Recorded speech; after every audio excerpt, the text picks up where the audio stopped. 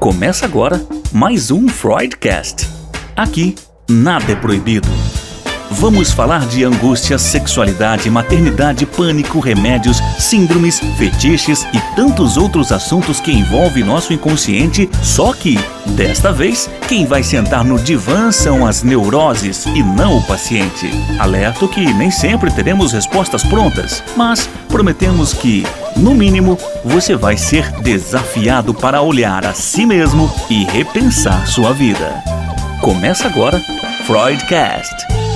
Olá, bem-vindo ao Marca Página. Gente, hoje nós vamos viajar pelas águas do Rio do Amazonas, nós vamos falar sobre a floresta amazônica. Por quê? Porque é um tema que há muito tempo a preservação ambiental ela é algo muito caro para o brasileiro, né? Mas nos últimos tempos a gente vê que não é todo mundo que está se importando muito com essa questão da preservação. Mas hoje nós vamos falar sobre um romance chamada Filha dos Rios, do escritor Ilko Mineve. Ele não é do Brasil, ele vai contar essa história, mas ele diz que ele já é um brasileiro, assim, adotadíssimo aqui do Brasil, né, Ilko? Bom dia, bem-vindo ao Marca Página. Faz quanto tempo você está no Brasil? Eu cheguei em 1972 e fui para São Paulo primeiro. E depois a empresa onde trabalhava me mandou para Manaus para iniciar uma fábrica aqui na Zona Franca de Manaus. E o plano era ficar entre 3 e 6 meses. Né? No entanto, estou já praticamente 50 anos, tenho todas as minhas raízes aqui, meus filhos, esposa, netos. Tudo aqui, né? De onde que você era? Você veio de onde? Eu vim da Bulgária. É o seguinte, naquela época a Bulgária era país comunista, atrás da cortina de ferro. E então eu, por acaso, era estudante na época, me envolvi com um grupo que foi considerado dissidente. Isso não era coisa pouca em um país de ditadura forte. O resultado foi que maior parte dos meus amigos foram presos e passaram anos atrás das grades, e eu consegui fugir. Deu uma coincidência que me ajudou muito. Fugi e consegui chegar na Bélgica, onde pedi asilo político. E recebi este asilo, isso foi em 1970. Aí continuei a estudar na Bélgica, estudei economia, mas eu tinha alguns parentes que moravam no Brasil.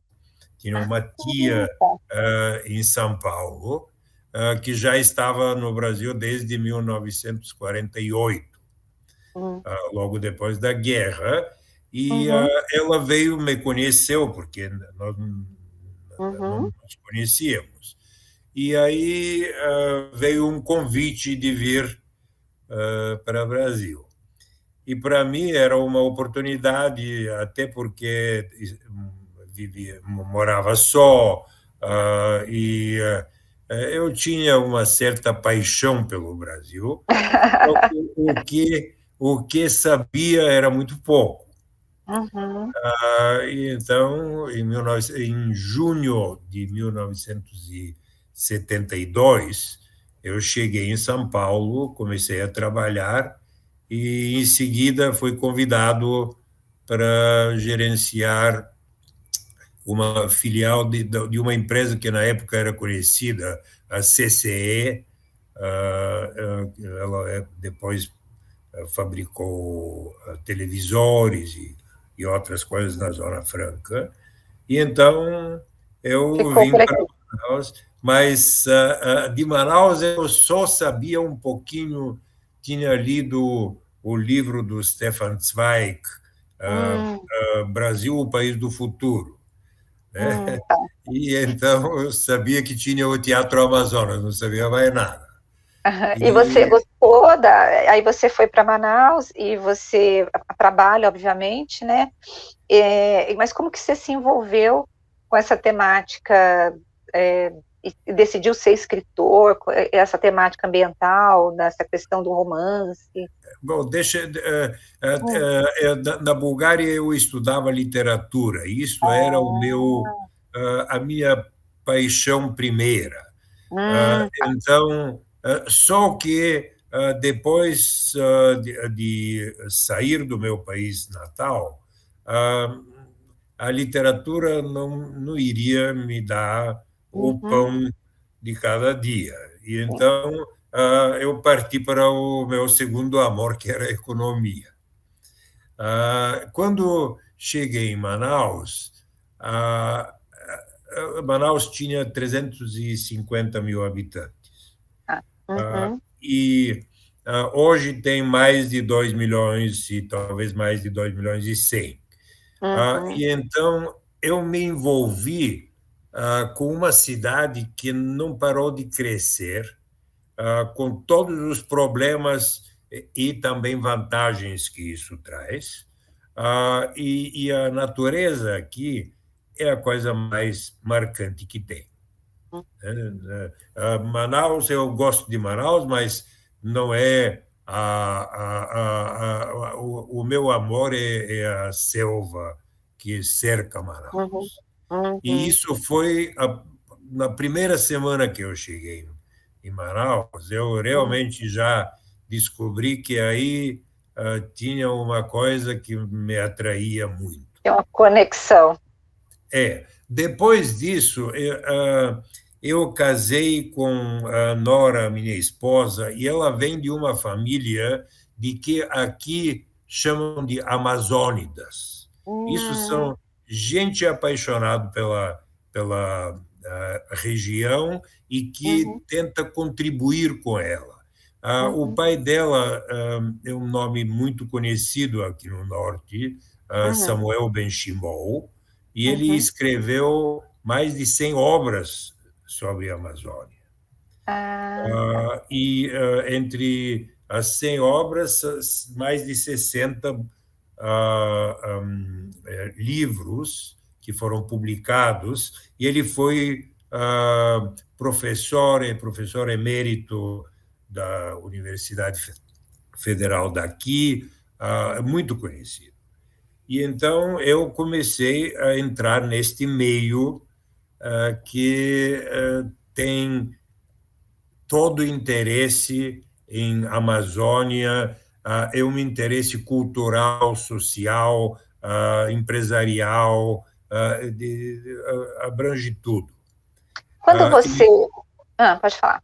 não, diga. Quando você começou a pensar em escrever esse romance, A Filha dos Rios, né?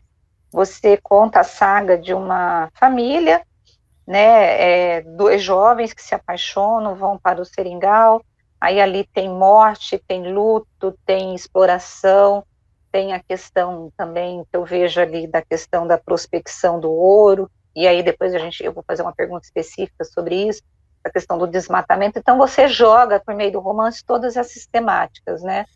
Você, Sim. como que você pensou, como que você elaborou? Você queria escrever um romance e, ao mesmo tempo, você queria incluir essas lutas do povo da Amazônia? Como que foi isso? A ideia de escrever eu sempre tinha, só que Tá. aconteceu uma coisa: eu saí da Bulgária Uhum. e o meu búlgaro, com os anos, começou a ficar meio enferrujado. A Tá. minha segunda língua na época era alemão, também não Uhum. praticava. Entendi. Eu falo inglês, mas não o suficiente, digamos, para escrever literatura. Uhum. E o português eu nunca estudei na escola. Então eu Uhum. tinha um problema sério. O máximo que eu tinha escrito até então era um Uhum. memorando em português. Uhum. Então, quando eu me aposentei em 2012, ah, Uhum. eu pensei, bom, eu preciso me reinventar, porque Sim. acordar e ficar de pijama não é comigo.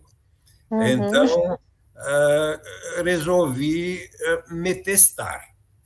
E eu escrevi primeiro o livro Onde Estão as Flores, que ele conta um pouco da história da minha família, que fugiu durante a Segunda Guerra, veio para o Brasil, mas eles vieram, na verdade, para e ficaram em São Paulo. Mas, como eu queria contar sobre a Amazônia, eu os fiz vir para a Amazônia, que também aconteceu com muita gente. Bom, muito mais gente foi para São Paulo, obviamente, mas também alguns vieram para cá. Na época, eu convivia muito com Samuel Benchimol, que mencionei, e ele escrevia livros científicos. Livros científicos são muito importantes e tudo, mas cá entre nós, eles às vezes dão sono. E então, o tempo todo passava pela minha cabeça que eu poderia, talvez, aproveitar o conhecimento que vem destes livros e transmitir a mensagem de uma maneira mais leve, que os leitores poderiam absorver mais fácil e, eventualmente, com mais prazer. E aí comecei a escrever o primeiro livro, que teve foi bem recebido. Não foi um grande sucesso comercial, mas eu devo dizer que foi melhor do que eu esperava. Surpreendeu. E eu provei para mim mesmo que eu posso escrever em português. Isso foi Você conseguiu vencer uma barreira, né, da língua, né? É.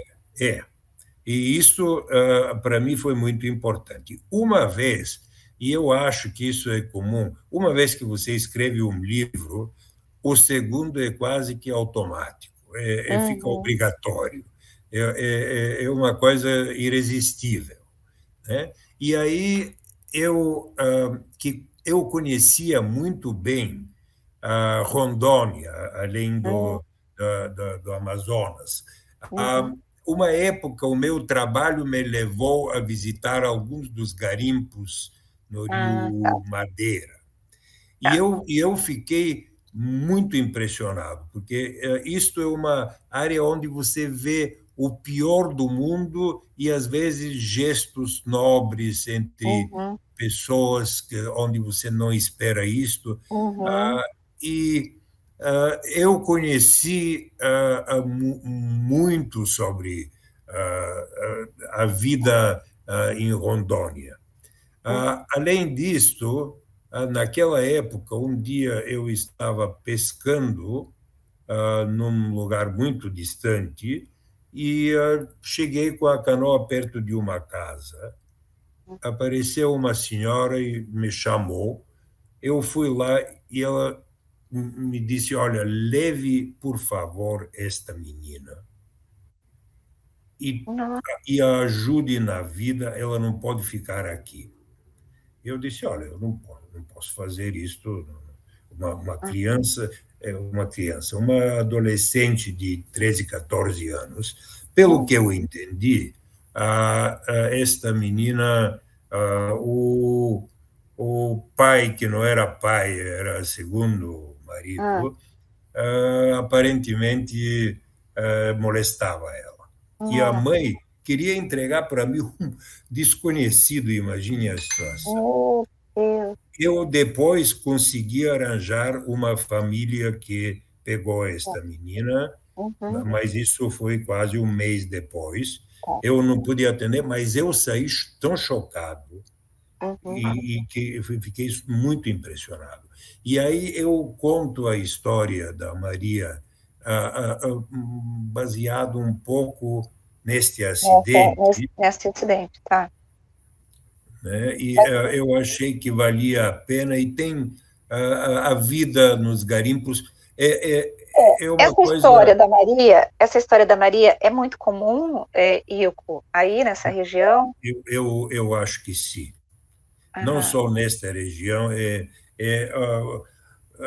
dizem que o perigo mora em casa, né? Uhum. Então, Não, eu falo assim, no sentido dos pais entregarem os filhos para sim, desconhecidos, era nesse muito sentido, não sobre só o abuso, mas de você era pedir esse era socorro, né?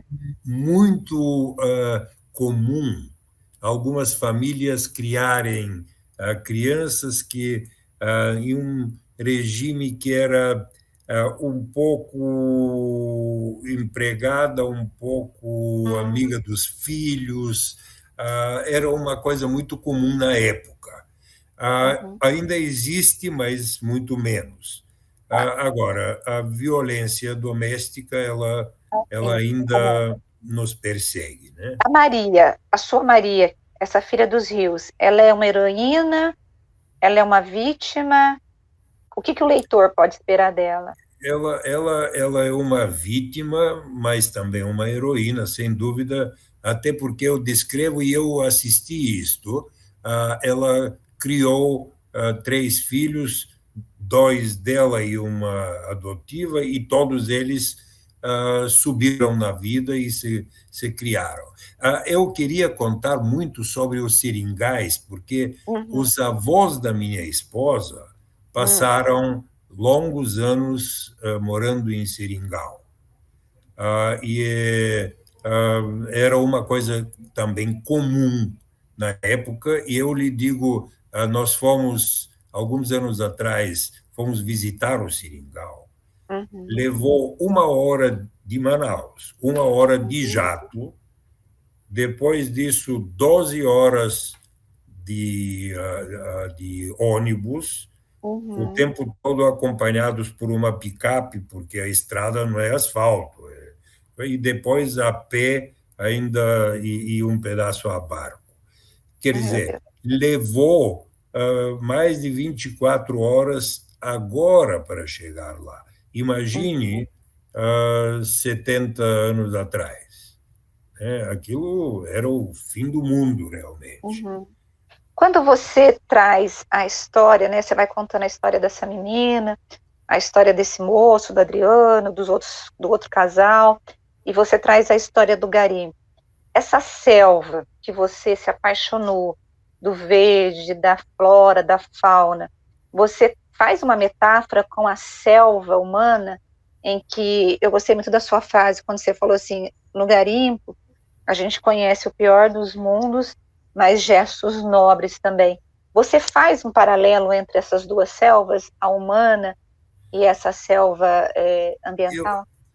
eu faço, Hum. com certeza. Uhum. Agora, o que eu gosto de mencionar e mostrar é Hum. que nós estamos participando de uma guerra. Esta Uhum. guerra é se nós vamos preservar a floresta ou não. E Uhum. ela pode ser determinante na vida dos nossos filhos, nem falar nos netos. O Uhum. problema que me preocupa é que a maneira como nós levamos esta guerra é Uhum. para perder a guerra. Hum. É porque normalmente se diz não faça isso, não faça aquilo, não faça o terceiro. Tentamos com a força terminar o corte das árvores ou o fogo, que aqui Uhum. é muito comum, diga-se de passagem, entre os caboclos e Uhum. os índios, limpam as suas terras Uhum. através do fogo.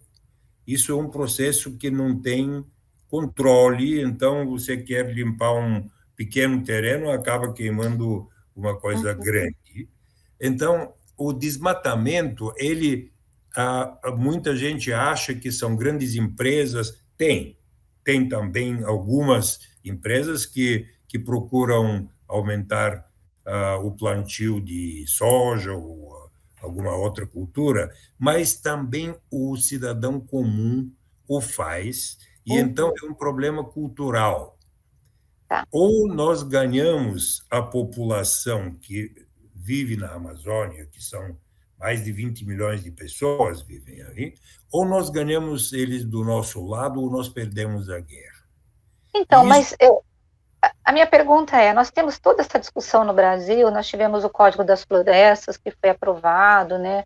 Temos a questão da preservação, no governo Bolsonaro há muita crítica na condução da política do governo Bolsonaro em relação à questão ambiental, mas nós também temos, assim, a informação de que as ONGs acabam indo para a Amazônia também por interesses próprios. Afinal de contas, quem é que preserva a Amazônia? Quem quer o bem da Amazônia? É o morador, é o estrangeiro está de olho? Como que o senhor, que está há tanto tempo aí, escreveu um romance sobre isso, como que o senhor vê essa questão mesmo? Qual seria a solução? eu vejo com uma grande preocupação. Tá. Eu estou achando que o entendimento está começando a se criar. Hoje em dia, eu vejo até alguns grandes bancos e empresas se uniram para fazer alguns investimentos necessários na Amazônia. Nós temos que achar onde a Amazônia pode ser útil, como nós podemos tirar alguma riqueza da floresta para que o cidadão que mora aqui não precise queimar a floresta e entenda que ela em pé é muito mais importante e muito mais valiosa. Então, eu acho que tem um negócio que tem que ser desenvolvido e aí tem que ter envolvimento de todos os setores da sociedade, que é o reflorestamento, que pode ser um grande negócio.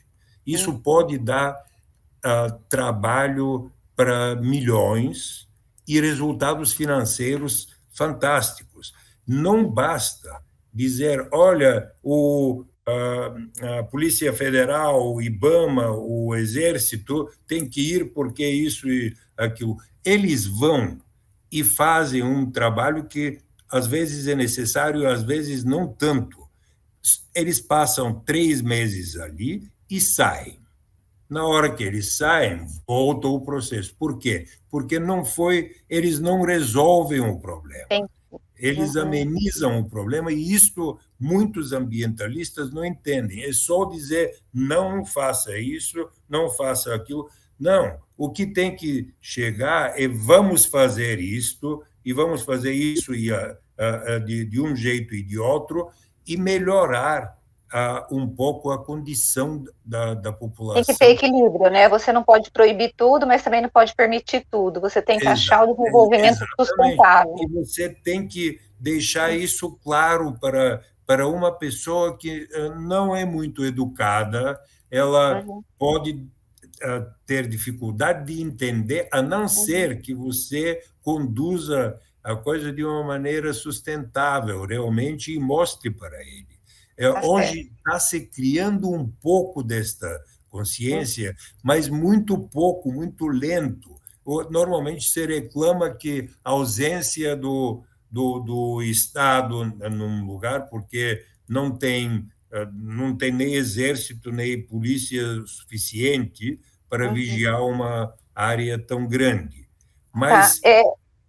Quando você escreveu o teu livro, você deve usar algumas informações sobre a terra, sobre todas essas questões que a gente falou aqui do garimpo, do ouro e tal. Você usa dados históricos, por exemplo, um estudante que queira saber sobre a Amazônia, esse romance, ele pode usar esse romance como uma pesquisa, ou você acha que não? Porque é ficção, né? Mas os dados históricos você usa. É ficção, mas eu sempre escrevo ficção baseada em realidade. E eu estou muito satisfeito porque, especialmente este livro, A Filha dos Rios, foi usado por algumas escolas aqui em Manaus. E eu fui convidado, e devo confessar que suei a camisa, porque os jovens, eles fazem perguntas que não é fácil responder. Então, eu me lembro que dava vontade de rir, mas não era fácil responder.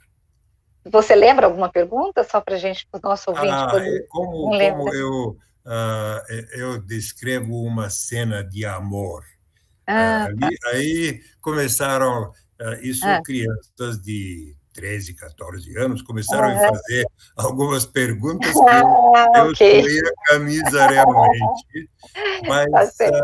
mas achei muito interessante porque eles leem. Ai, que A, a, bom. o ruim é quando te pergunta, alguém pergunta e não leu. E aí Uhum, a pergunta às vezes não tem resposta e você sim. tem que enrolar.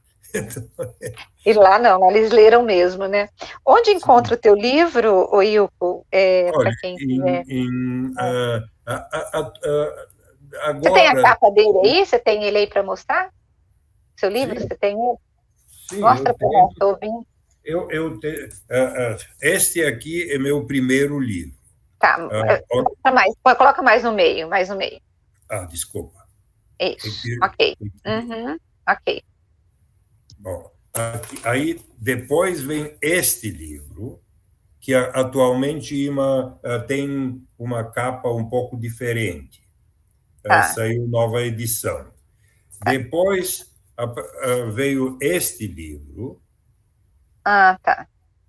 e este agora foi um sucesso comercial acima do que eu esperava. Foi 11 semanas entre os 10 mais vendidos.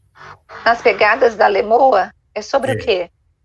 Ah, Este aqui tem uma história. ah, Meu filho foi visitar Amapá ah, e tá. foi visitar um lugar que é umas cachoeiras, parece Foz de Iguaçu, Tá. mas ninguém conhece, é a Cachoeira Santo Antônio. É um Uhum, negócio lindo. No dia depois que eu fui visitar, eu era o único visitante. É impressionante. ah, O acesso não é tão fácil, mas mesmo assim é uma uhum, coisa fantástica. E a 5 minutos de barco desta cascata, uhum, tem um pequeno cemitério uhum, onde aparece uma cruz enorme e com esculpida uma suástica nela. uhum, E alguma coisa escrita em alemão. Então, ele me disse: olha, tem aí uma história que vale a pena investigar.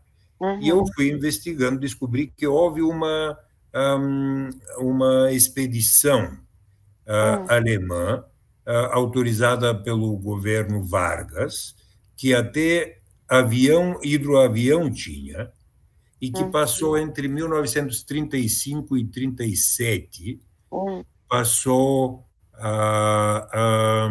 quase 2 anos na floresta e colheu amostras de animais e outras coisas, mas tinha alguma coisa nebulosa em esta história. Na véspera da Grande Guerra, a uhum, Alemanha investindo em ciência, uhum, e eu fui investigar e consegui ver que, na verdade, eles também tinham uma outra intenção: estudar a possibilidade de um, um lugar de apoio para os submarinos alemães.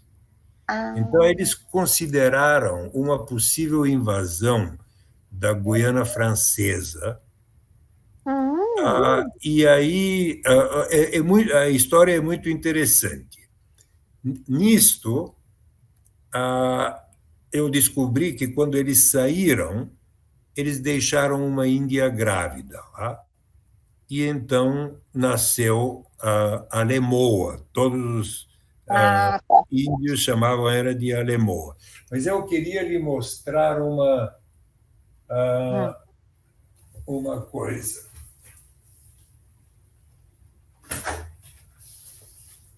Está aqui. é. Isto aqui é a cruz. Está vendo Ah, a tô. fotografia com Sim. os índios embaixo? Né? Aham. Eu tenho a minha fotografia ao lado agora, Ah, tá. atualmente. A cruz está um pouco deteriorada, mas não muito.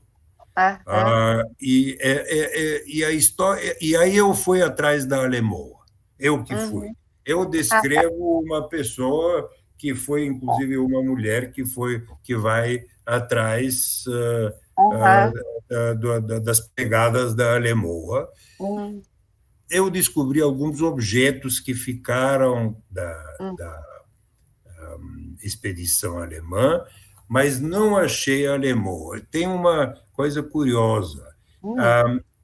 Do lado francês do rio Oiapoque, que eu recomendo, um rio muito bonito. E olha que eu conheço rios bonitos aqui na Amazônia, mas aquele é especial. Do lado francês, o governo francês dá para cada homem, pai de família, dá em torno de 1.000 euros por mês. Uma Bolsa Família um pouco mais avantajada, né? Para as esposas, para a esposa, separadamente, 600 euros, e cada criança, 300 euros. Nossa. Imagine que um monte de gente do nosso lado foram e viraram franceses. Isso, durante não sei quantos anos, falam francês, falam português também. Mas muitos deles. E o que eu entendi é que a Alemoa fez isso. Então, ela foi lá e de lá ninguém sabe para onde foi. A grande parte destes tribos não tem uma memória. Sabe-se, no máximo, sobre o pai e mãe, mas os avós já... E então, aí eu criei uma história... Você é apaixonado por gente, né? Mas é fantástica essa. Inclusive, a Maria ajuda neste processo, porque nos meus livros, até aqui, todos eles são interligados. Tem personagens de um no outro. Agora acho que acabou esse processo.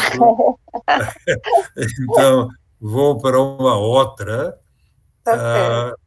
Mas essa história me apaixonou. É fantástica, realmente. Eu espero e acho que consegui transmitir ela, tanto que fiquei...